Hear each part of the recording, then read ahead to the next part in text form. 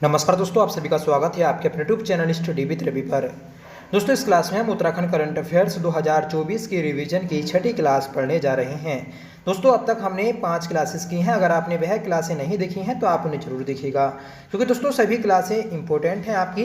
और दोस्तों, आज हम इस क्लास में पूरे अपने 200 प्रश्न कंप्लीट कर लेंगे, जो हम दोस्तों 2024 के प्रश्नों का रिविजन कर रहे थे। ठीक है दोस्तों, हम इसकी एक मास्टर वीडियो भी बना देंगे, आप उसे भी देख सकते हैं। तो चलिएगा शुरू कर लेते हैं आज के अपनी इस क्लास को, जिसका पहला प्रश्न है कि उत्तराखंड की किस महिला अध्यापिका को शोध कार्यों हेतु काठमांडू में आयोजित 7वें अंतर्राष्ट्रीय सम्मेलन में ग्लोबल बेस्ट टीचर अवार्ड से सम्मानित किया गया?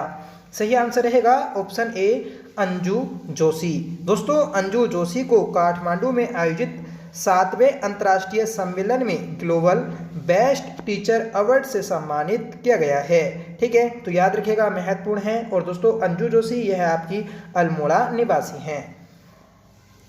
आप कमेंट करके बताइएगा कि काठमांडू किस देश की राजधानी है।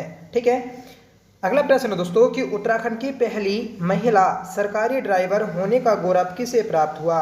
तो दोस्तों, अभी कुछ दिनों पहले ही ठीक है उत्तराखंड में सरकारी ड्राइवरों की एक भर्ती आयोजित कराई गई थी, जिसमें दोस्तों प्रियंका ने दोस्तों सरकारी ड्राइवर होने का गौरव हासिल किया। तो सही आंसर रहेगा ऑप्शन ए। ठीक है, तो प्रियंका यह दोस्तों उत्तराखंड की पहली सरकारी महिला ड्राइवर बनी हैं। और यह दोस्तों रुद्रप्रयाग के लंबगोड़ी गांव की रहने वाली हैं। और इन्होंने दोस्तों इस प्रतियोगिता में, मतलब जो ये भर्ती आयोजित कराई गई थी, उसमें 170वीं रैंक हासिल की। और इन्हें दोस्तों वन विभाग में जॉब मिली है। ठीक है, अगला प्रश्न है कि मध्य प्रदेश के उज्जैन में आयोजित राष्ट्रीय शास्त्रीय संगीत एवं नृत्य प्रतियोगिता में उत्तराखंड की किस नृत्यांगना को शशिकला प्रवीण सम्मान 2024 से सम्मानित किया गया? सही आंसर रहेगा ऑप्शन बी, स्वास्तिका।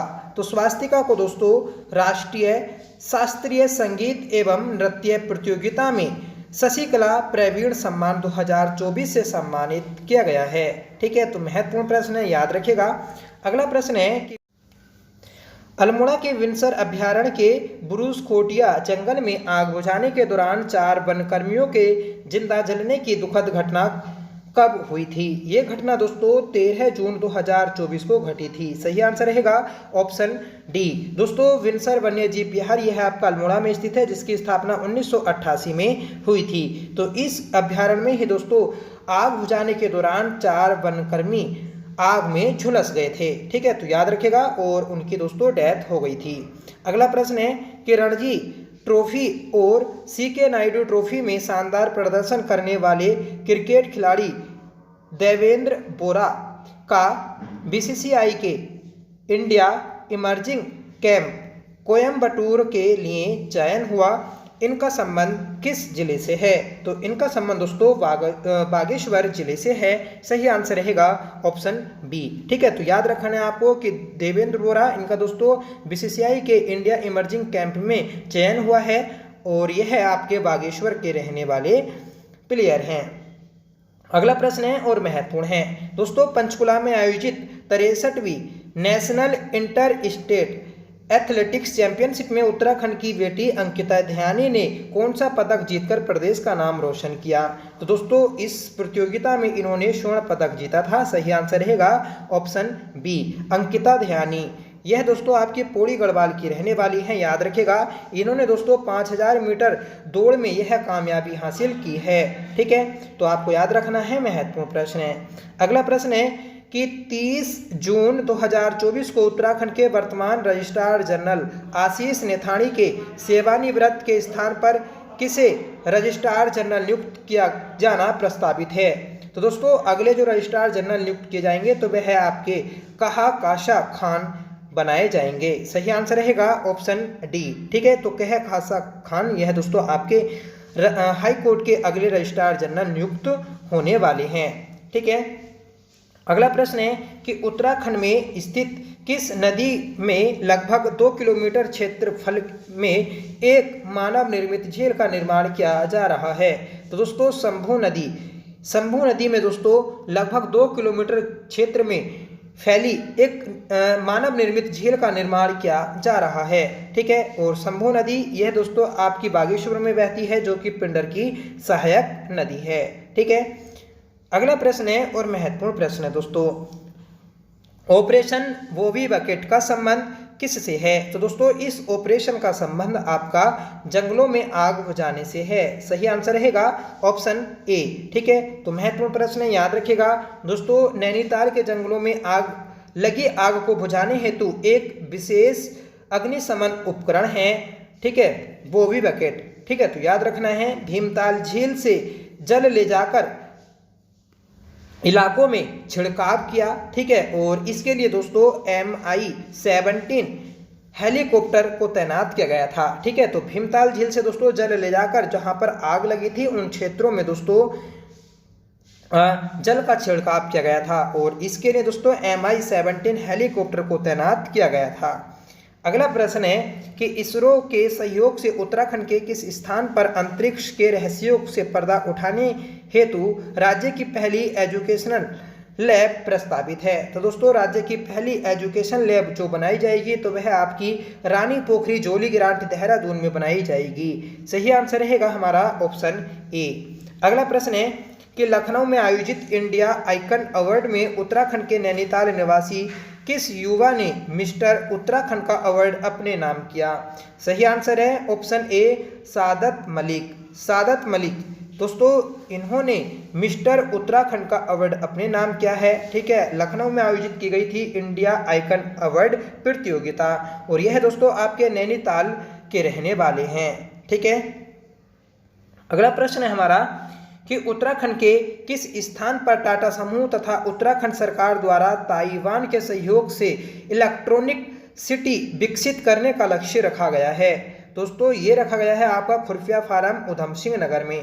ठीक है दोस्तों, जो रुद्रपुर से आगे आपका नानकमत्ता के पास शक्ति फार्म है, उसी के पास में ही दोस्तों आपका खुर्फिया फार्म है, और वहां पर ही दोस्तों टाटा समूह तथा उत्तराखंड सरकार द्वारा ताइवान के सहयोग से इलेक्ट्रॉनिक सिटी विकसित की जाएगी। ठीक है, तो महत्वपूर्ण प्रश्न है, आपको याद रखना है।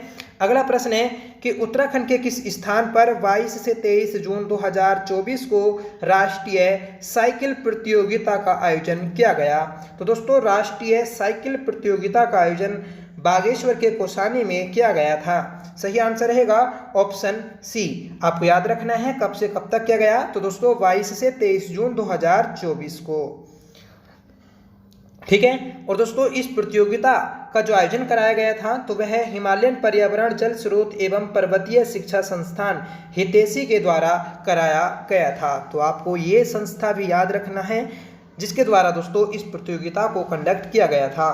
अगला प्रश्न है हमारा, जून 2024 में उत्तराखंड में किसे मुंबई में डॉक्टर श्यामा प्रसाद मुखर्जी स्मृति सम्मान से सम्मानित किया गया? तो दोस्तों जून 2024 में मुंबई में डॉक्टर श्यामा प्रसाद मुखर्जी स्मृति सम्मान जो दिया गया तो वह उत्तराखंड के मुख्यमंत्री श्री पुष्कर सिंह धामी जी को दिया गया है। सही आंसर रहेगा हमारा ऑप्शन ए। अगला प्रश्न है कि उत्तराखंड के किस शहर में संयुक्त राष्ट्र विश्व खाद्य कार्यक्रम WFP के तहत 5 देशों का प्रतिनिधिमंडल अनाज ATM देखने पहुंचा है? तो दोस्तों ये पहुंचा है आपका ऑप्शन डी देहरादून में। ठीक है, तो देहरादून में दोस्तों इस अनाज ATM को देखने के लिए संयुक्त राष्ट्र विश्व खाद्य कार्यक्रम के तहत 5 देश के प्रतिनिधि पहुंचे हैं। अगला प्रश्न है कि हाल ही में गवर्नर्स गोल्फ कप टूर्नामेंट 2024 का शुभारंभ राज्य में कहां किया गया? तो दोस्तों गवर्नर्स गोल्फ कप टूर्नामेंट 2024 का जो शुभारंभ किया गया तो वह आपका नैनीताल में किया गया था। राइट आंसर है हमारा ऑप्शन ए। ठीक है, महत्वपूर्ण प्रश्न है, आपको याद रखना है। नैनीताल में दोस्तों आयोजित 19वें गवर्नर्स गोल्फ कप टूर्नामेंट का शुभारंभ राज्यपाल गुरमीत सिंह द्वारा किया गया था। दोस्तों विजेता जो रहे तो वह आपके राघव काला रहे जो कि हरियाणा के रहने वाले हैं, और उपविजेता दोस्तों अमित कुमार सूर्यवंशी रहे जो कि देहरादून के रहने वाले हैं। दोस्तों 6 से 75 साल तक के लगभग 121 गोल्फर्स ने इस प्रतियोगिता में भाग लिया था। तो दोस्तों महत्वपूर्ण प्रश्न है, आपको याद रखना है।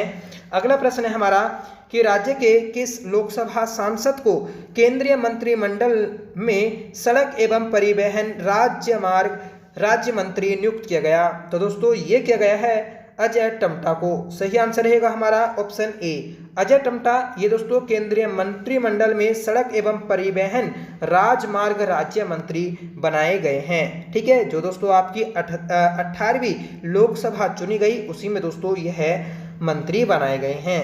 अगला प्रश्न है कि राज्य के किस स्थान से कत्यूरी कालीन 4 सुरंगें पुरातत्व विभाग के द्वारा खोजी गईं? तो दोस्तों कत्यूरी कालीन 4 सुरंगें पुरातत्व विभाग के द्वारा जो खोजी गईं तो वह देवलगढ़ पौड़ी से खोजी गई हैं। राइट आंसर है हमारा ऑप्शन ए। अगला प्रश्न है कि लोकसभा चुनाव 2024 में मतदान के मामले में हिमालय राज्य में उत्तराखंड राज्य का कौन सा स्थान रहा?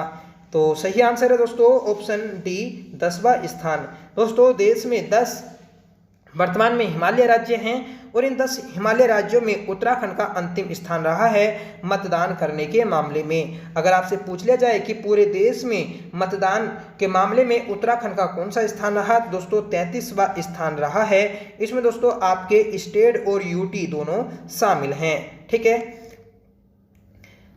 अगला प्रश्न है कि नैनीताल राज्य की लोकसभा सीट से कौन सांसद चुने गए?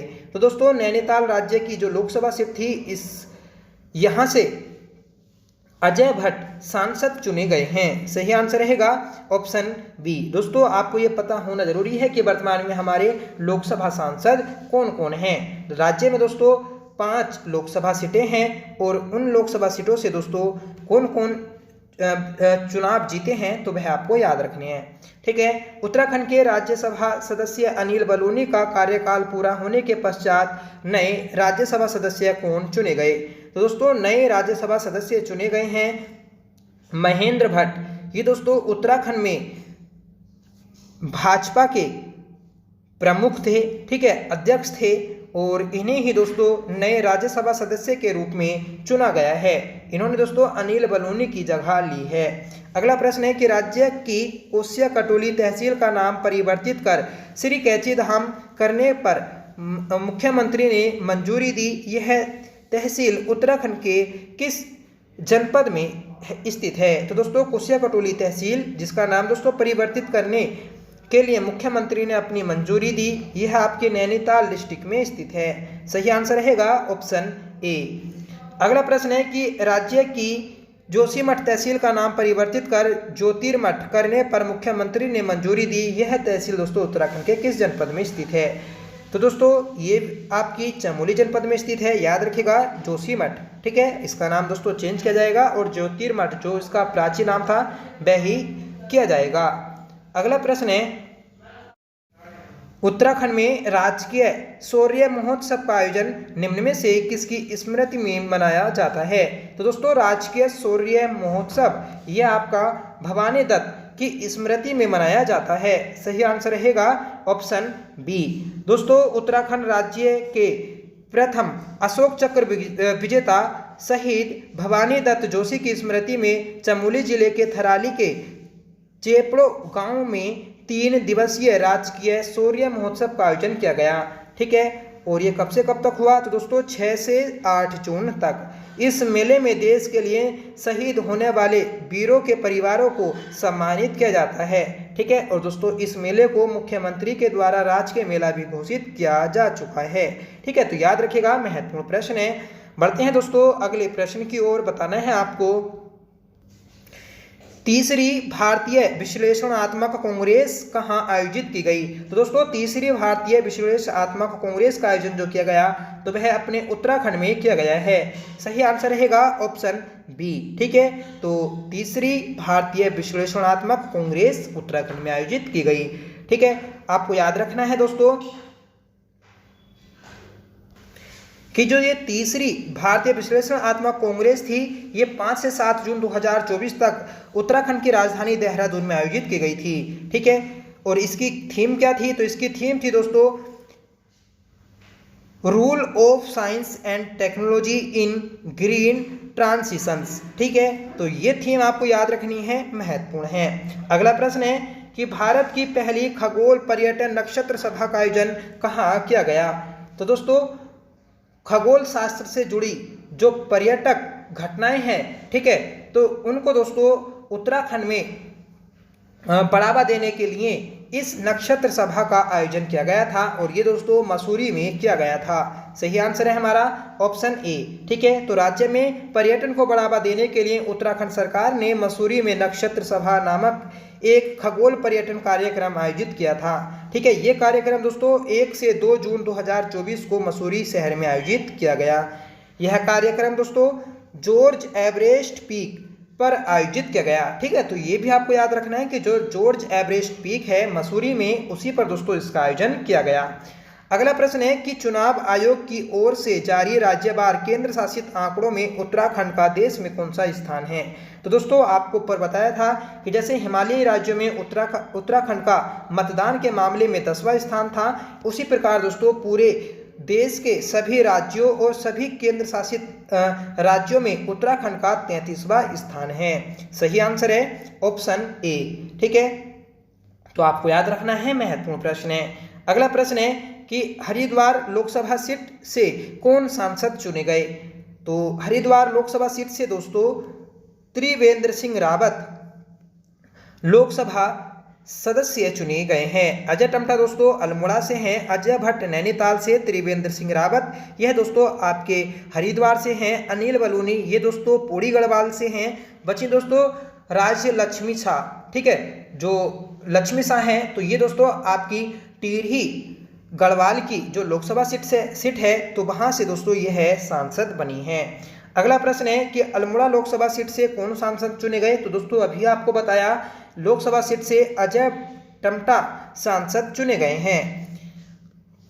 तो ये थी दोस्तों हमारी क्लास जिसमें दोस्तों हमने पूरे अपने 2024 के करंट अफेयर्स के क्वेश्चन कंप्लीट कर लिए हैं। ठीक है, तो अगर आपने इससे पिछले पार्ट नहीं देखे हैं तो आप उन पर्टिकुलर पार्ट को भी देख सकते हैं, या फिर दोस्तों हम इन सभी पार्ट्स की एक मैराथन क्लास बना देंगे, आप उसे देख लेना। ठीक है, तो जो आपको अच्छा लगे आप उसे देख सकते हैं। ठीक है, आज का आपको होमवर्क है जिसका आंसर आपको कमेंट करके बताना है कि नैनीताल राज्य की लोकसभा सीट से कौन सांसद चुने गए।